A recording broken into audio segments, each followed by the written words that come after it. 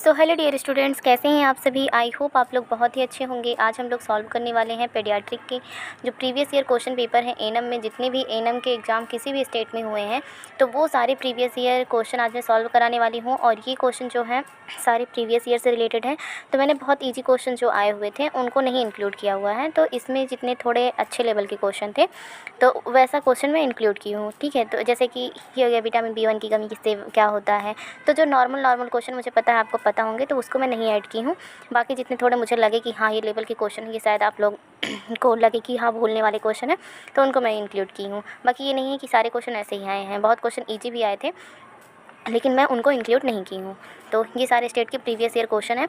तो अगर आप प्रीवियस ईयर लगा लेते हैं तो एनएम के एग्ज़ाम के लिए काफ़ी हेल्पफुल रहेगा।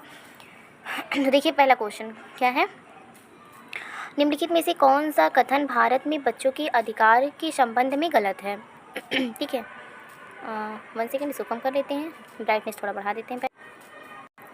तो कह रहा है कि कौन सा ऐसा कथन है जो भारत में बच्चों के संबंध में गलत है। तो क्या है कि पहला है कि एक बच्चे का शारीरिक, भावनात्मक और सामाजिक विकास का अधिकार है। मतलब एक बच्चे को शारीरिक, भावनात्मक और सामाजिक विकास का अधिकार है। एक बच्चे को जीवित रहने का अधिकार जन्म शुरू से होता है, ये है सही। या फिर एक बच्चे को सभी प्रकार के दुर्व्यवहार से सुरक्षा का अधिकार है। या नेक्स्ट है कि एक बच्चे को सीधे तौर पे खुद से जुड़े किसी भी निर्णय में भाग लेने का अधिकार है।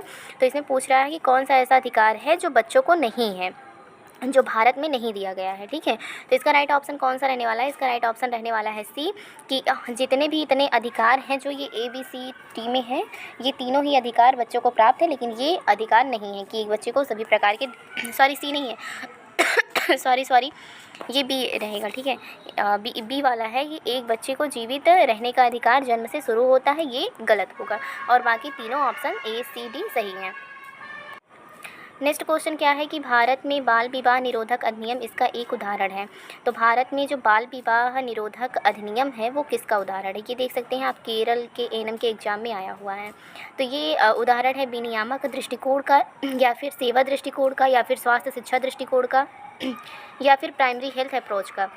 तो भारत में जो बाल विवाह निरोधक अधिनियम है ये किसका उदाहरण है। तो यह एक विनियामक दृष्टिकोण का उदाहरण है। इसका राइट ऑप्शन जो होगा ए सही हो जाएगा।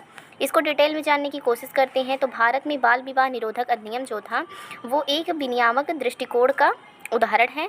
और भारत में सर्वप्रथम ब्रिटिश शासन के दौरान 1929 में ये पारित किया गया था, जिसके तहत क्या हुआ कि 14 वर्ष के नीचे की बालिकाओं एवं 18 वर्ष के नीचे के लड़कों का विवाह निषेध किया गया है। लेकिन अभी क्या है, अभी जो है 18 साल लड़कियों की शादी के लिए 18 साल और लड़कों की शादी के लिए 21 साल माना गया है।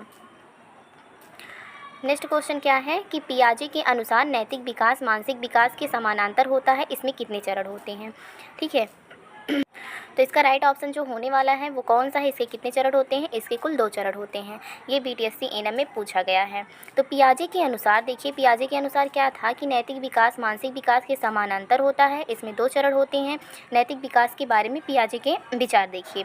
पियाजे ने कहा 1935-1965 के अनुसार विचारों के अनुसार बच्चा नैतिक विकास एक नई अवस्था में प्रवेश करता है जब वह 6 से 7 साल का की आयु में मूर्त सक्रिय की अवस्था में प्रवेश करता है। देखो इनका कहने का मतलब ये था कि इसके 2 चरण होते हैं। ठीक है, 6 या 7 की साल में वह मूर्त सक्रिय की अवस्था में प्रवेश करता है। इस अवस्था में नियमों को एक बाहरी शक्ति द्वारा अपरिवर्तनीय, निरपेक्ष और लागू माना जाता है। तो इनके अनुसार क्या था कि नैतिक विकास की एक नई अवस्था में प्रवेश करता है। पियाजे के अनुसार इसके 2 चरण होते हैं। 6 या 7 साल में क्या होता है कि मूर्त संक्रिया में वो भाग लेता है। नेक्स्ट क्वेश्चन क्या है कि भारत के प्रधानमंत्री द्वारा बालिकाओं की सामाजिक सुरक्षा के लिए कौन सी नई योजना शुरू की गई है। देखिए मैं पहले से बता दे रही हूँ, बहुत ज़्यादा इजी क्वेश्चन रखने की कोशिश नहीं की हूँ। जो ऑलरेडी आपको पता है ऐसे क्वेश्चन रखी हूँ जो शायद आपको भूल जाए, तो ऐसे क्वेश्चन को रखी हूँ। बाकी ये नहीं है कि सारे ही क्वेश्चन ऐसे आते हैं कि राजस्थान NHM में पूछा गया क्वेश्चन है। तो है देखिए, कुछ क्वेश्चन जो होते हैं मॉडरेट होते हैं, कुछ एकदम वेरी इजी होते हैं, कुछ जो होते हैं वो बीच के होते हैं। ठीक है, बहुत ज़्यादा हार्ड होते हैं।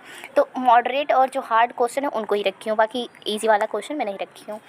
भारत के प्रधानमंत्री द्वारा बालिकाओं की सामाजिक सुरक्षा के लिए कौन सी योजना शुरू की गई थी। तो भारत में प्रधानमंत्री द्वारा बालिकाओं की सामाजिक सुरक्षा के लिए कौन सी योजना शुरू की गई थी, तो ये बताना है। तो देखिए कौन सी योजना शुरू की गई थी, सुकन्या समृद्धि योजना, जो कि बालिकाओं की सामाजिक सुरक्षा के लिए ये स्टार्ट किया गया था। अच्छा, ये एक बचत योजना है जिसने बेटी बचाओ बेटी पढ़ाओ अभियान के तहत शुरू किया गया था। इस योजना का मकसद था कि लड़की की शादी या उच्च शिक्षा के लिए वित्तीय सुरक्षा मुहैया करवाना। ठीक है, नेक्स्ट क्वेश्चन है, वह अधिनियम जो सभी व्यवसायों में बच्चों के रोजगार पर रोक लगाता है और किशोर व्यवसाय में संलग्न होने पर रोक लगाता है, वो कौन सा ऐसा अधिनियम था। तो देखिए इसमें आपको पता ही होगा कि इसमें बाल श्रम निषेध अधिनियम है जो कि 1986 में आया था और इसके थ्रू क्या है कि बच्चों को नहीं करना है काम। ठीक है, अच्छा सॉरी, ये 1986 का नहीं था, ये 2016 का बाल श्रम अधिनियम था। ठीक है, बाल श्रम अधिनियम जो निषेध विनियमन भी बोला है ना, तो इसकी वजह से डी ऑप्शन सही होगा। तो बाल श्रम विनियमन 2016 अधिनियम है जो व्यवसायों में बच्चों के रोजगार पर रोक लगाता है। नेक्स्ट क्वेश्चन क्या है कि निम्नलिखित में से एक ऐसी रणनीति नहीं है जिसका उपयोग बाल स्वास्थ्य नर्स होम विजिट करते समय सांस्कृतिक बाधाओं को दूर करने के लिए कर सकती हैं। तो ऐसा कौन सा नहीं है, इसमें पूछ रहा है कि निम्नलिखित में से कौन सी ऐसी रणनीति नहीं है जिसका उपयोग बाल स्वास्थ्य नर्स जो हैं वो होम विजिट करते समय सांस्कृतिक बाधाओं को दूर करने के लिए कर सकती हैं। तो नहीं ये पूछा, ये ध्यान रखिएगा। तो नस्लवाद और भेदभाव के मुद्दों को संबोधित करना। नेक्स्ट है कि भाषा संबंधी बाधाओं को दूर करने के लिए प्रौद्योगिकी के उपयोग से बचना। नेक्स्ट है, यदि आवश्यक है तो दुभाषियों का उपयोग करना। और क्या है कि शब्द जाल या चिकित्सा शब्दावली के प्रयोग से बचना। तो ऐसा कौन सा है, अच्छा इसमें कट गया है तो इसमें इसका मतलब है कि नहीं लगा है, इसमें ये लगा है कि सांस्कृतिक बाधाओं को दूर करने के लिए कर सकती हैं। तो क्योंकि ये सब तो लग नहीं रहा है ना, तो इसका राइट ऑप्शन जो होगा वो बी होगा कि यही कर सकती हैं कि भाषा संबंधी बाधाओं को दूर करने के लिए प्रौद्योगिकी के उपयोग से उनको बचना है। बाकी नस्लवाद और भेदभाव के मुद्दे को अगर संबोधित करेंगी तो उनका ये काम, नर्स का ये काम नहीं होता कि वो ये सब, तो जो वहाँ की पब्लिक रहेगी भड़क जाएगी और उनसे ट्रीटमेंट ही नहीं लेगी ना, तो इस वजह से इसका ये है करने के लिए कर सकती हैं। नेक्स्ट क्वेश्चन देखिए कौन सा है कि बच्चे को पर्याप्त भोजन व कपड़ा ना उपलब्ध कराना किस चीज़ का सूचक, मतलब ये किस चीज़ का सूचक है। तो शारीरिक प्रताड़ना है या फिर बच्चे की उपेक्षा है या फिर भावनात्मक प्रताड़ना है या फिर भौतिक प्रताड़ना है। तो बच्चे को पर्याप्त भोजन और अगर कपड़ा नहीं मिल रहा है तो इसका मतलब ये बच्चे की उपेक्षा हो रही है, चाइल्ड निगलेक्ट के में इसको हम रखेंगे। और ये पता है आप लोगों को, ये बाल शोषण के अंतर्गत आता है। अगर बच्चे की ज़रूरतों को नहीं पूरा किया जा रहा है तो ये बाल शोषण के अंतर्गत आता है। बच्चों के अधिकारों की घोषणा किसने की थी। तो बच्चों के अधिकारों की जो घोषणा है वो विश्व स्वास्थ्य संगठन ने नहीं किया था, वो यूनाइटेड नेशन संयुक्त राष्ट्र संघ ने किया था। और ये 1959, ये भी याद रखिएगा, 1959 में ये चीज़ें हुई थी। नेक्स्ट क्वेश्चन क्या रहने वाला है कि 27 केजी भार के बालक को एक खुराक में एमॉक्सिलिन की कितनी मात्रा आवश्यक है जब उन्हें 40 mg प्रति केजी दिवस में 4 खुराक दिन में निर्धारित किया गया है। फीमेल हेल्थ वर्कर 2018 में क्वेश्चन आया हुआ है। तो 27 केजी भार का एक बालक है, उसको एक खुराक में एमॉक्सिलिन की कितनी मात्रा आवश्यक है, तो उसको जो है और 40 mg प्रति केजी प्रति दिवस में 4 खुराक दिन निर्धारित किया गया है। तो उसको एक खुराक में एमॉक्सिलिन की जो मात्रा है वो 270 mg लेना है। ठीक है, नेक्स्ट क्वेश्चन है कि पेचिस से क्या तात्पर्य है। पेचिस से क्या तात्पर्य है, तो हार्ड स्टूल तो होगा नहीं, तो स्टूल विथ ब्लड, अगर ब्लड के साथ जैसे कि जो मल है वो ब्लड के साथ आ रहा है तो इसका मतलब है कि ये पेचिस पड़ रहा है। राइट ऑप्शन सी हो जाएगा। जो पेचिस होता है ना वो आंतों का एक संक्रमण होता है। यह जो परजीवी होता है एंडोअमीबा हिस्टोलिटिका या सिगेला के कारण हो सकता है। इसके लक्षण क्या होते हैं कि पेट में ऐठन आना, मतली, उल्टी और बुखार भी इसमें शामिल होता है। देखिए दूसरा क्या है कि श्वासारोध। शिशु में नर्सिंग देखभाल का मुख्य उद्देश्य क्या है। अगर किसी भी बच्चे को एस्फिक्सिया है तो उसमें नर्सिंग देखभाल आप क्या करेंगे।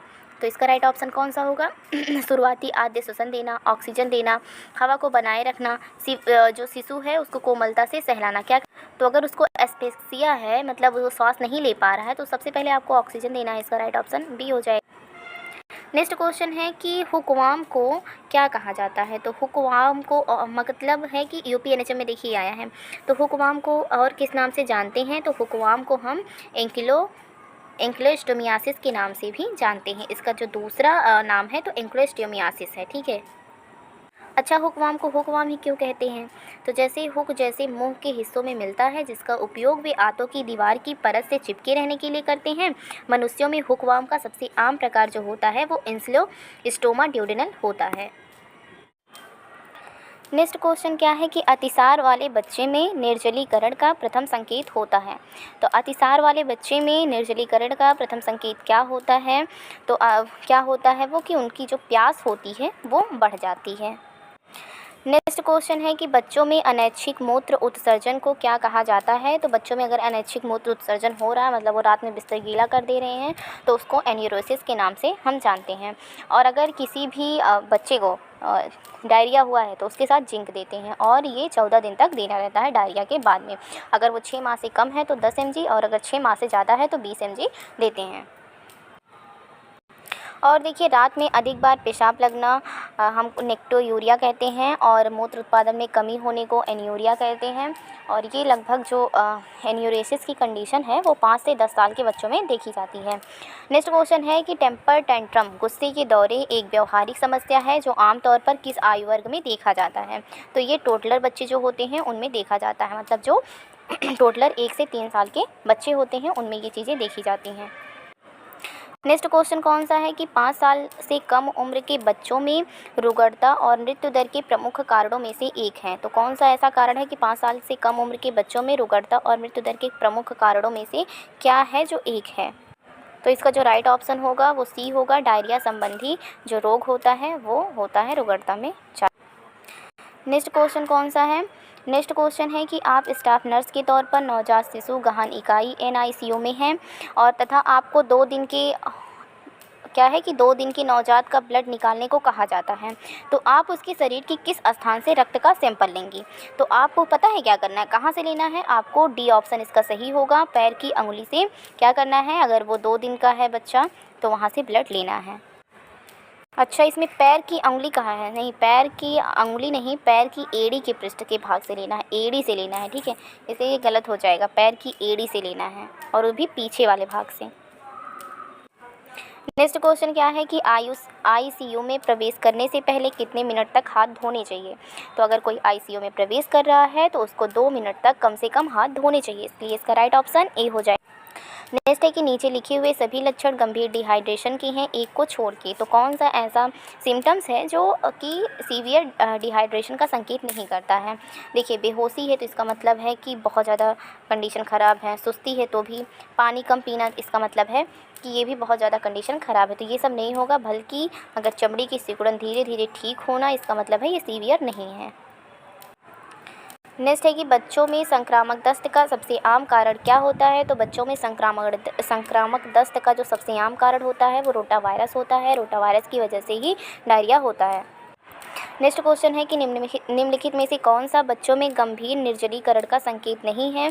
तो इसका भी राइट ऑप्शन वही होगा कि त्वचा तेज़ी से पीछे की ओर झुकती है, ये गंभीर संकेत नहीं है। बाकी सुस्ती और बेहोशी, पीने में असमर्थता, ये सब है। क्वेश्चन है कि ORS के एक पैकेट में कितना पोटेशियम क्लोराइड होता है? तो ORS के एक पैकेट में 1.5 ग्राम पोटेशियम क्लोराइड होता है। मोल में कितना होता है और सारे प्रोडक्ट कितने होते हैं वो सब मैं एक वीडियो में इसके आगे वाले में बता चुकी हूँ, तो वहाँ से आप देख सकते हैं। देखिए, जो सोडियम क्लोराइड होता है कितना होता है? 2.6 ग्राम। ग्लूकोज मोनोहाइड्रेट 22 ग्राम होता है। सुक्रोज जो होता है 40 ग्राम होता है। ट्राई सोडियम साइट्रेट 2.9 ग्राम होता है। वहीं सोडियम बाइकार्बोनेट की बात करें तो 2.5 ग्राम होता है। 1 लीटर पानी में घोले खुराक के लिए दिशा निर्देशों का पालन करना चाहिए। 24 घंटे में 1 लीटर को ख़त्म कर देना चाहिए, और अगर उसके बाद भी बच जाता है तो उसको फेंक देना चाहिए। नेक्स्ट क्वेश्चन है कि निम्नलिखित में से कौन सी जन्मजात विकृति है? तो इसमें कौन सी है जो जन्मजात विकृति है? तो क्लब फुट और क्लब जो पैलेट है, ये दोनों ही जन्मजात विकृति है, इसलिए इसका राइट ऑप्शन डी होगा। नेक्स्ट क्वेश्चन है कि अंगूठा चूसने के संदर्भ में क्या सही नहीं है? तो इसमें क्या सही नहीं है कि दांतों की बनावट में खराबी पैदा कर सकते हैं, या खुशी का स्रोत होता है, या असुरक्षा का संकेत है, या वर्ष में ही इसका सही इलाज कराना चाहिए, मतलब पहले वर्ष में ही इसका सही इलाज करवाना चाहिए। तो ये सही नहीं है, बाकी सारे सही हैं। नेक्स्ट क्वेश्चन जो है वो है कि ORS पुनर्जलीकरण घोल तकनीक की तैयारी प्रभावी ढंग से सिखाई जा सकती है किस तरीके से? तो व्यक्तिगत दृष्टिकोण से, या फिर प्रदर्शन से, या फिर मास मीडिया से, या फिर चाक और टॉक से। तो इसको हम किस तरीके से अच्छे तरीके से दिखा सकते हैं? डिमॉन्स्ट्रेशन, मतलब प्रदर्शन के थ्रू हम दिखा सकते हैं। नेक्स्ट क्वेश्चन है कि विल्सन रोग जन्मजात त्रुटि है। तो विल्सन रोग जो है जन्मजात त्रुटि किसकी है? तो ये कापर चयापचय की जो है वो जन्मजात त्रुटि है। इसमें क्या होता है कि लीवर और मस्तिष्क में बड़ी मात्रा में तांबा जमा हो जाता है। विल्सन रोग के कारण लीवर को नुकसान होता है जो धीरे धीरे बढ़ सकता है या तीव्र और बहुत गंभीर हो सकता है। तो ATP7B नामक जीन उत्परिवर्तन विल्सन रोग का कारण बनते हैं। ये जीन उत्परिवर्तन शरीर को आंतरिक तरीके से तांबा निकालने से रोकते हैं और आमतौर पर लीवर जो होता है वो अतिरिक्त तांबे को पित्त में छोड़ता है। अतः विल्सन रोग जो होता है वो तांबा चयापचय की एक जन्मजात त्रुटि होती है। फोटोथेरेपी का प्रयोग किया जाता है। तो फोटोथेरेपी का प्रयोग कब किया जाता है? तो आपको पता है कि सी ऑप्शन इसका राइट होगा, न्यूनेटल जॉइंटिस में किया जाता है। तो फोटोथेरेपी बिलिरुबिन को खत्म करने के लिए प्रकाश का उपयोग किया जाता है। इसमें बच्चे की त्वचा को क्या किया जाता है? प्रकाश के नीचे लिटाया जाता है उसमें, और इसमें यूवी रेज या रक्त जो किरण है उसका उपयोग किया जाता है। नेक्स्ट क्वेश्चन है कि गोमेज के वर्गीकरण में आयु के अनुसार 88% सामान्य वजन वाले बच्चे को किस श्रेणी में हम वर्गीकृत करेंगे? तो अगर 88% सामान्य वजन है तो हम उसको किस में करेंगे? माइल्ड माल न्यूट्रिशन में करेंगे। सामान्य जो प्रारंभिक प्रणालियों में से एक है जो आयु के अनुसार अपेक्षित वजन के प्रतिशत पर आधारित है। 90% अधिक सामान्य है, 76 से 90% है अगर, तो हल्का कुपोषण को में रखेंगे, मतलब प्रथम डिग्री का है। और अगर 61 से 75% है तो हम मध्यम के अंतर्गत रखेंगे, मतलब द्वितीय डिग्री का है। और अगर 60% से कम है तो उसको हम तृतीय डिग्री के कुपोषण के अंतर्गत रखते हैं। और जो क्या होता है कि 88% वाले बच्चे को हम हल्का कुपोषण के अंतर्गत रखते हैं। और बाकी आज के लिए इतना ही, और हम देखेंगे कल। रुकिए आपको आज का मौसम दिखाते हैं, काफ़ी अच्छा हुआ है मौसम हुआ है आज का, आप देख सकते हैं बारिश का मौसम हुआ है, तो बारिश होने वाली है। और ये देखिए 2 लोग खड़े होकर बात कर रही हैं। तो ये देखिए पेड़ पौधों को भी काफ़ी खुशी मिल गई बारिश देख के। और आप देखिए छोटा छोटा आम भी हुआ है, इसको भी खा सकते हैं, कितना अच्छा बालकनी है ना। तो ये देखिए झूला भी लगा है, आप झूला भी झूल सकते हैं। तो काफ़ी अच्छा मौसम हुआ है इन लोगों को देखिए घूम टहल रही हैं, सब लोग हवा ले रही हैं। तो ठीक है, मिलते हैं फिर नई वीडियो के साथ, तब तक के लिए धन्यवाद।